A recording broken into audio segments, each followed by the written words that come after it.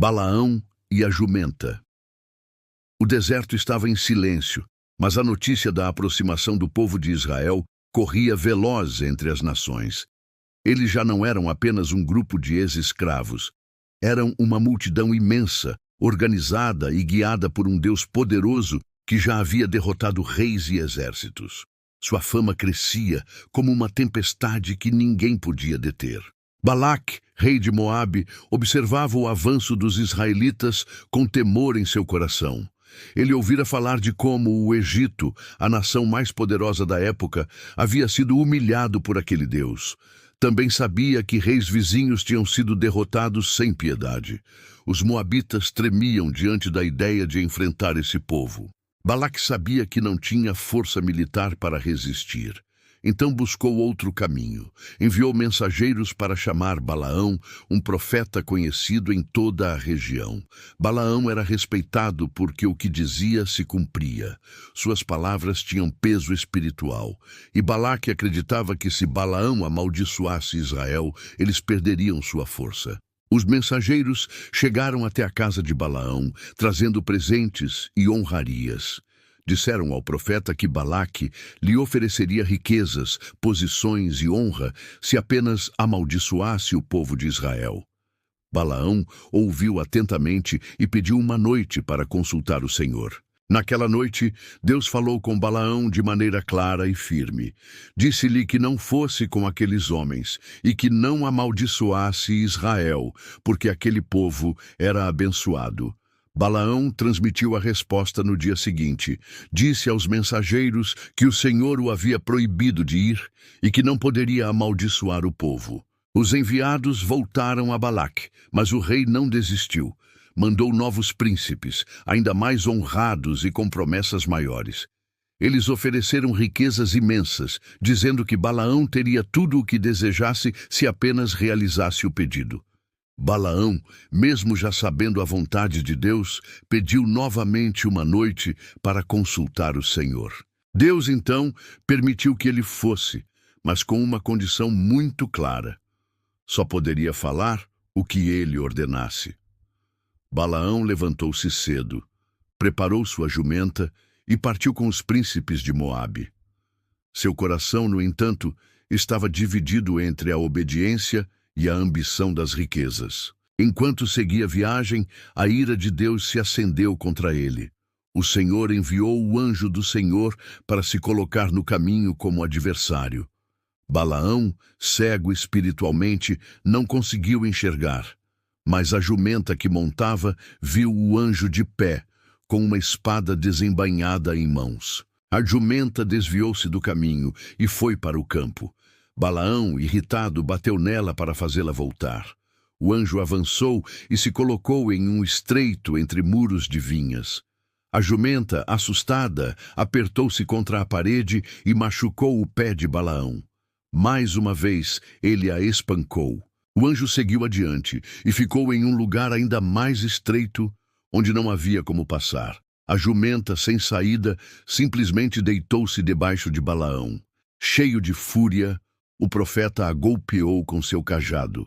Então o Senhor abriu a boca da jumenta, e ela falou com voz clara, perguntando a Balaão por que ele a havia espancado 3 vezes.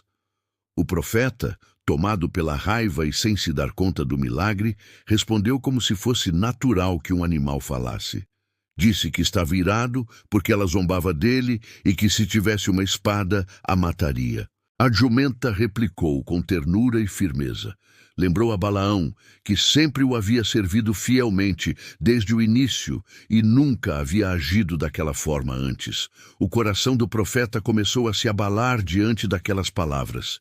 Então, o Senhor abriu os olhos de Balaão. Ele finalmente viu o anjo do Senhor em seu caminho, espada em punho, pronto para destruí-lo. Balaão caiu com o rosto em terra, tomado de temor. O anjo falou, revelando que, se não fosse pela jumenta, Balaão já teria sido morto. A jumenta, porém, havia poupado sua vida. O profeta, quebrantado, confessou seu pecado e ofereceu-se para voltar atrás. Mas o anjo disse que ele poderia seguir, desde que falasse apenas o que o Senhor colocasse em sua boca. Balaão prosseguiu, agora consciente da seriedade da missão.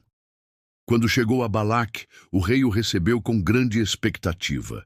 Levou-o até um lugar alto, de onde se podia ver parte do acampamento de Israel. Ali, Balaque esperava ouvir maldições. Mas quando Balaão abriu a boca, palavras de bênção saíram. Ele declarou que Israel era um povo separado, numeroso e abençoado por Deus. Balaque ficou furioso e perguntou por que ele havia feito o oposto do que lhe pedira.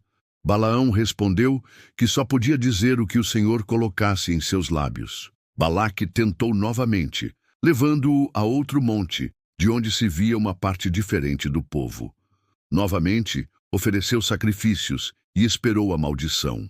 Mas mais uma vez, Balaão abençoou Israel, exaltando a fidelidade do Senhor e a força do povo. O rei, cada vez mais desesperado, insistiu em levá-lo a outro lugar, pensando que talvez dali o resultado fosse diferente. Pela terceira vez, Balaão declarou bênçãos ainda maiores, dizendo que Deus não é homem para mentir e que já havia determinado a vitória de Israel. Balaque, frustrado, ordenou que Balaão parasse. Disse-lhe que não receberia recompensa alguma, já que não havia cumprido o combinado. Mas Balaão ainda proferiu uma quarta mensagem, exaltando o futuro glorioso de Israel e profetizando que uma estrela se levantaria de Jacó e destruiria seus inimigos. Balaque despediu-se furioso, mas Balaão voltou para casa, sabendo que não havia como lutar contra a vontade de Deus. A história de Balaão e sua jumenta tornou-se um marco da soberania divina. Mostrou que até mesmo um profeta respeitado podia ser cego quando seu coração se inclinava à ganância. Revelou que Deus pode usar até uma jumenta para ensinar e corrigir. Demonstrou que nenhuma maldição pode prevalecer contra aqueles que são abençoados pelo Senhor. A jumenta fiel se tornou símbolo de humildade e discernimento. Enquanto Balaão, com todo o seu conhecimento, não conseguia enxergar o anjo, o animal simples percebeu o perigo. Essa lição ecoa até hoje, lembrando-nos que Deus resiste aos soberbos, mas dá graça aos humildes. Assim, o episódio de Balaão não é apenas uma curiosa narrativa sobre um animal que falou. É um poderoso lembrete de que os caminhos do Senhor são mais altos que os nossos e que a obediência e a pureza de coração são mais preciosas do que qualquer recompensa ou honra deste mundo.